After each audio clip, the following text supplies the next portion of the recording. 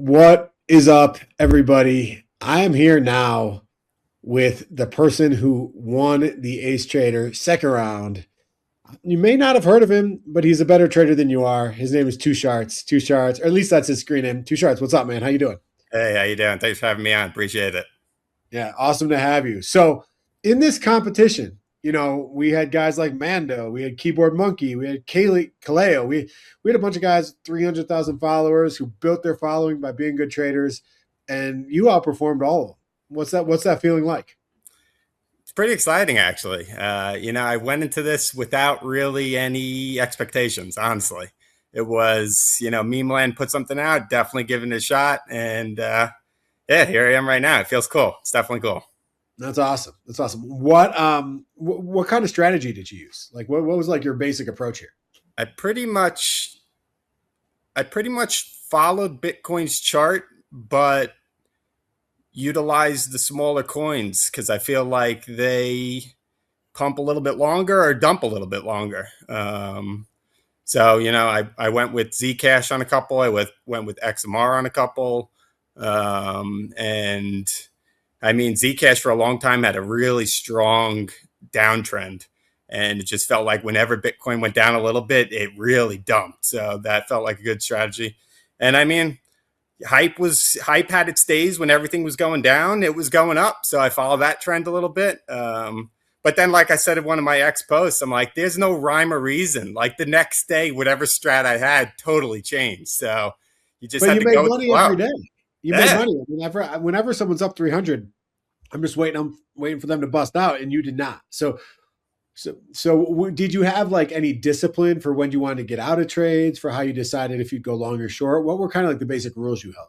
Yeah. I tried to close on almost every trade with $1,000 positive.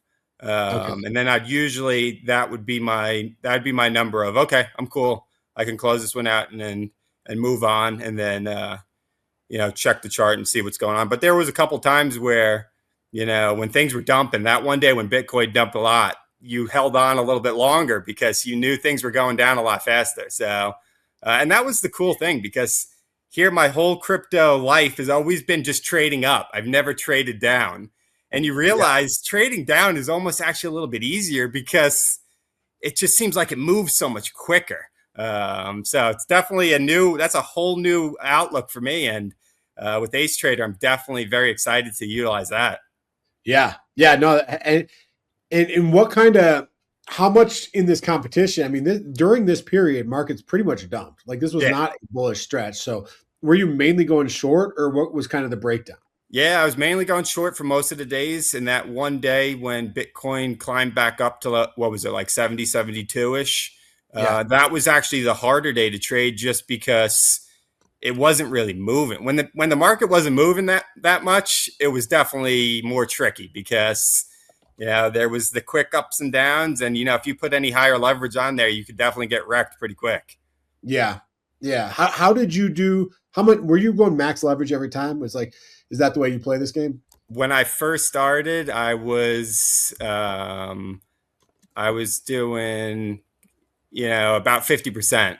And then I tried to make a little bit. And then actually I was closing those positions. So I had more money in my fund to, leverage even more for the next trade. And once I started growing that's when I, put the leverage down, significantly just to, play it more safe.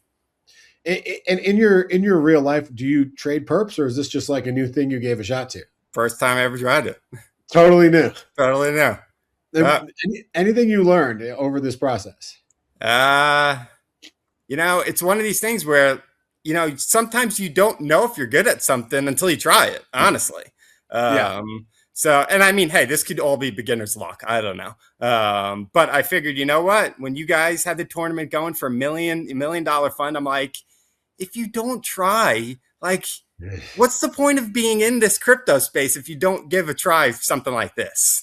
I mean, Man, and you came through. I mean, that initial round had 800 entrants, 900 entrants, and you made it to the top 100, and then top 100 plus eight or top 80 plus 20 people who are, some of those KOLs are not known for trading, but a lot of them are. And Uh, you finished first by a long shot. So Actually, that first top 80 round, I made it to the top. I made it to the top three twice because you guys upgraded the NFT wallets. So yeah, originally I had a wallet before that, got to the top three, and then switched over to the NFT wallet and did that as well. So I wow, figured, you know what? Hey, if it's if it's going, it's going. So might as well ride it as long as I can. Yeah, for sure. And are you going to? Do you think you're going to like keep trading perps? I mean, yeah. do you think that's I something that put you a want I to keep put a doing? year goal in. A year goal. I Yeah, figured with the opportunity you guys presented, again, it's like, I feel like for this crypto space, and especially from what I see and experience, like this is the shot right here, because so many people don't have $10,000 or $20,000 to leverage and to to grow money on. And you see a lot of these guys constantly out there looking for handouts and give me this. I'm like, they're giving you this. You yeah, just got to put a little bit of work in. And, I mean, I feel like it's such a great opportunity for so many of these guys in the crypto space that don't have the funds, but want to try trading. And I mean, it's like, it's in a platter literally given to you. It couldn't be easier, honestly. yeah, yeah. I mean, well, the competition you can enter for free, but there's Yeah. also the Ace Trader product where you pay $9, and if you do well, you get $1,000 fund to trade. If you put in $99, you do well, you get a 10,000, or 169, you can get a $20,000 fund. Yeah. And the idea is exactly what you're saying. It's that this is a skill that a lot of people don't have, but who want to develop. And I So you think a don't lot want of to people put don't even know too. Like me, I would have never really thought of this unless you guys started the competition. So I feel like this competition, and hopefully as Ace Trader grows, a lot of people can sort of, oh wow, look at this. I can make money on red days as well. And I feel like that could be a great opportunity for some people. for sure, for sure. Okay, so top three things you know now that you didn't know a week ago, when you, or 2 weeks ago when you started this competition. What would you say to someone who's never traded, who's thinking about picking up Ace Trader, as far as tips, valuable insight? What do you think? Um, I mean, confidence is key. Like you can't go into anything, especially like these things where, there's a lot of pressure always on the line. One click could be a miss or a make. So I'd say, confidence is key. Mhm. Stick to your guns. Like a lot of this stuff really is just your gut. You get a Yeah. gut feeling, go with it. Don't question that. And then, I mean, hey, take chances. If you want to just scroll around X, you want to scroll around Discord, you want to scroll around Telegram all day long and make no money, I mean, here's an opportunity. So I feel like take a chance, and that's a good opportunity. For sure. And in your day job, I see you got the guitar behind you on that screen. You're Yeah, in the guitar business, eh? yeah.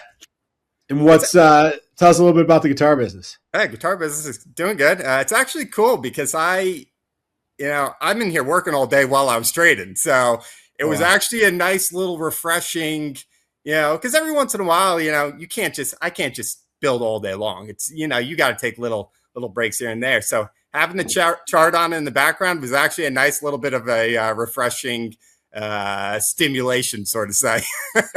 I imagine that lowered the pressure. Like you're not just sitting there clicking. You're Yeah. actually doing your day job. Yeah. You're not. Do you think, is that true? Do you think that actually kind of I calms you think to that have actually was huge because I wasn't just glued to the chart the whole entire time. So the times where I had like lower leverage trades going, I mean, like sometimes I was just like, if I lose 800 on here, or if I, gain a couple thousand, it's not a make it or break it. And it was nice to be able to walk away for a little while, continue on with the guitar stuff, and then, check back in every couple, 15 minutes or so. And then, it was nice coming back a couple times and being up some money. It was definitely, it's definitely fun. And in your guitar business, are you mainly an artist, an engineer, a Do it all. musician, all of Do it it, all. all of So, it? I start with the raw woods, and, eventually it becomes an electric guitar. Wow, wow. Uh, Did you do any acoustic or only electric? just electrics. So it also like an electrical engineering component to it. I mean, like you could put me as a jack of all trades with the guitar making, because I do the the shipping and the receiving and the purchasing and the building, and yeah, a whole bunch of everything. Yeah. Are you tracking like wood prices? Is that a Oh big yeah. Yeah. into Yeah. your financials? Yeah. And what got you into that business? Worked at a music store when I was a teenager, and ever since then, was always fascinated with the construction of it. Went to a guitar making school in Arizona out of high school, and been doing it now for 10 years. And what's the industry? Like, what's the distinction between like the Gibsons of the world that kind of like are mass bulk versus the independent players like you? All right, so Gibson that's a factory. There's hundreds of people. Everyone's hands is on a different part, and versus mine, it's all me. So Yeah. I have guys come to me. They have this dream guitar that they want, and yeah, we go from there. And how do you find customers in the guitar game? Uh, Thank God for social media, actually, because day and age social media definitely, Facebook and Instagram. Actually, Facebook was a bread and butter for a long time. Instagram, and then as I grew as a business, my website and word of mouth stuff like that. Yeah. So, how'd you build that Facebook page? I think a lot of people want to build kind of distribution and audience, but it's hard when you're sitting there with 10 followers and not sure how to get going. Yeah, So, anything? in the beginning days, it was my product was always unique in the guitar industry. So I felt like I had a nice little fresh start. And it's one of those things. You just got to be you got to be persistent, and you gotta I felt like as I progressed in that, you got to sort of follow the meta, the trends. Yeah. People, like, at one point in time when I first started, it was all about pictures. Like Instagram, you posted a picture. Now Instagram, you're posting the reels. You're posting what people like. People now are very hands-on viewership. They like seeing my hands doing something. So you just follow sort of along with the trends, and yeah, I've established quite a nice following over there, and it's it has its good and its bads. Yeah, I'm Social sure. media isn't that fun all the time. And how do yeah no that how does your strategy on X as like a crypto guy kind of differ from your strategy building the Ah, business? totally, totally. X was more so let me just be me a little bit, and not so professional, and my brand meaning so much. Whereas in X, it was a little bit more like, you know, have fun a little bit. That was the whole X Memeland, goal. It was just have some fun, make a little money, that type of stuff. Yeah, yeah, and what you've been one of the most loyal people towards Memeland through thick and thin, and I think tell us more about that. What got you into Memeland? What got you connected to the project? All right, April 2023, I got my first captains. I got a captain's. I got a shark, and just it's one of those. Hey, I mean, obviously we're not rocking and rolling right now, but it's one of those. Yeah, you're holding, and hey, Yeah, it's another one of those gut things. yeah. I know. And some, I think you told me once that you were you felt connection to Ray because he's religious. Was yeah, that yeah, something that kind of connected you to the project? yeah, the religious aspect, and also he seems like a very competitive person, and I feel like a lot of, and obviously he's super successful. It's like a lot of these Web3 projects, and I'm not knocking anyone, but you got these guys, and then they vanish on you, and Ray seems like he's in this for the long haul. So if Yeah, you're gonna choose a team, I feel like might as well choose a team where there's already a lot of past success, yeah. and we're definitely looking forward to the new art. Yeah. And have you met Ray before? Have you met him in Nah, person? I never met him. No. No. Got it. Got it. Any overlap from guitar making to trading? Anything, or is it just a silly question? Well, I mean, the whole competition aspect, in my guitar making, I strive to be one of the best. Yeah. And, hey, crypto is obviously, you have people with, funds way bigger than I'll ever imagine. So it's hard to, level up to that. But, hey, in everything that you do, give it your best, and, wish for, do your best. Yeah. No, no. I think there's some there. Yeah. I think that's just the idea of finding something, doing your best, forgiving yourself if it doesn't go well, and kind of Yeah. put yourself out there. Like Yeah. I'm sure in trading, in guitar, I'm sure there's some overlap. So Definitely. yeah, no, that all makes a lot of sense. What was your most successful trade? Like, what was the trade in this tournament where you're like, oh shit, we're making money? Let's see. It was it was a Zcash short on the day that Bitcoin dumped. What did it go down to? It went down to like 62, 62. Yeah. So it was 62. during that whole Bitcoin dump where um, I had a 10x short going on at like the right time. Wow. And I made, I think, like 15 or 16,000 on that one. This is And all that, on a 20,000 base. So at that yeah, point, that one put me from third place to about 3 or 4 thousand higher than the previous first place guy. wow. Yeah. And then from that day on, I was just like, you know what? No point in, I was following the charts and I saw a bunch of guys and I'm just like, yo, why? A guy was in like third or fourth place and he made a trade and then he was like in like 10th. I'm like, what did you do that for?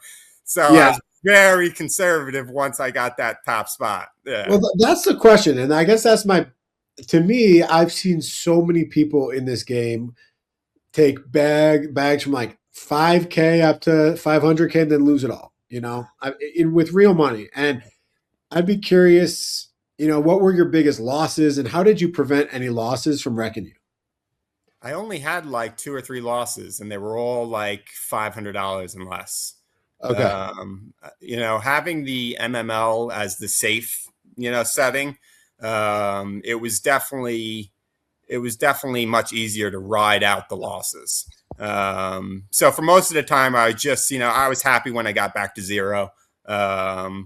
And thank God I was never in a position where I was, fighting for my life, trying to, escape that loss. Cause I did, I was watching the chart and I know there was a point in time where, you saw these accounts and you're just like, man, you got to accept it here, sooner or later because stuff's Yeah. dumping right now. Well, I mean, yeah, part of the game, I actually say it's almost like the biggest part of the game is not getting married to any position, Yeah. and just like not having too much pride to unwind. And yeah, I think that's how it goes. All right. So this next round is 8 people, 30-minute competitions. Okay. I mean, how does that sound? What do you think? I mean, part of me is just like, don't even pay attention to the other screens and just for 30 minutes, just, do what I've been doing. But then another part of me is just like, I mean, do you play the whole waiting game and just see if potentially the other guy just falls off a cliff? I don't know.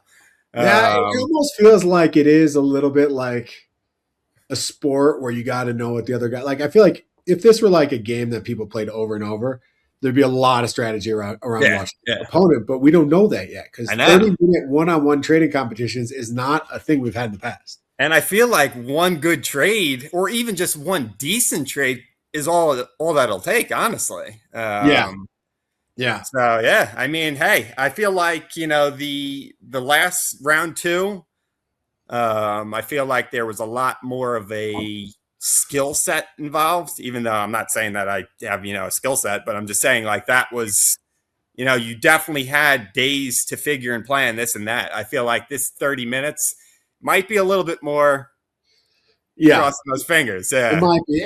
It might be more skill though. We just Yeah. don't know what that skill looks like yet. Could be. I mean, hey, like I said, it could be just enough to, follow that chart for 30 minutes and you're like, okay, we got a little bit of an uptrend right now. Boom, press the Yeah, button. And yeah, then that could be all it takes. Yeah, so yeah, I'm yeah. excited. I'm a little nervous, if I'm going to be honest with you. I mean, it's gonna be live streamed. It's well, yeah. What do you think about that? Like trading in front of people, live stream. Man, I definitely the nerves kicked in a little last night when it closed, and I was just like, man, this is real now. Yeah, it So is. It is. yeah, I'm gonna try to. I'm gonna check in and see if we can get you a prize for winning the round you won. cool. I'm gonna talk to the boys and see Thanks, if that's thanks. possible. I think you deserve that. I think you Cool, deserve it. thank you. But I got to check first. I got no power. I'm out here marketing this product. I'm out here doing these podcasts, but the behind the scenes decision making is by the product team. So I throw Nice. my input, but I'll see if I can. And it's been really cool seeing you, with a bunch of the other guys doing these videos. It's been nice. It's cool to follow along and see other people's opinions and stuff like that. And hopefully it just keeps on growing AceTrader, because again, I think Yeah, it's a great I great love the opportunity. product. Yeah, I love the product. And when I heard, the team got really excited about this idea a few months ago, and I was like, this product makes a lot of sense. So let's try to push this and see where we go. yeah. So, anyways, any last words? People find you number two SHARTS on X, right? Yeah. Anywhere else you want people to follow your guitar shop? Like, what should people do if they want to get to know you better? Follow me on X, and I'll shoot them along. All right, sounds good. So at two sharks with a T but not a K.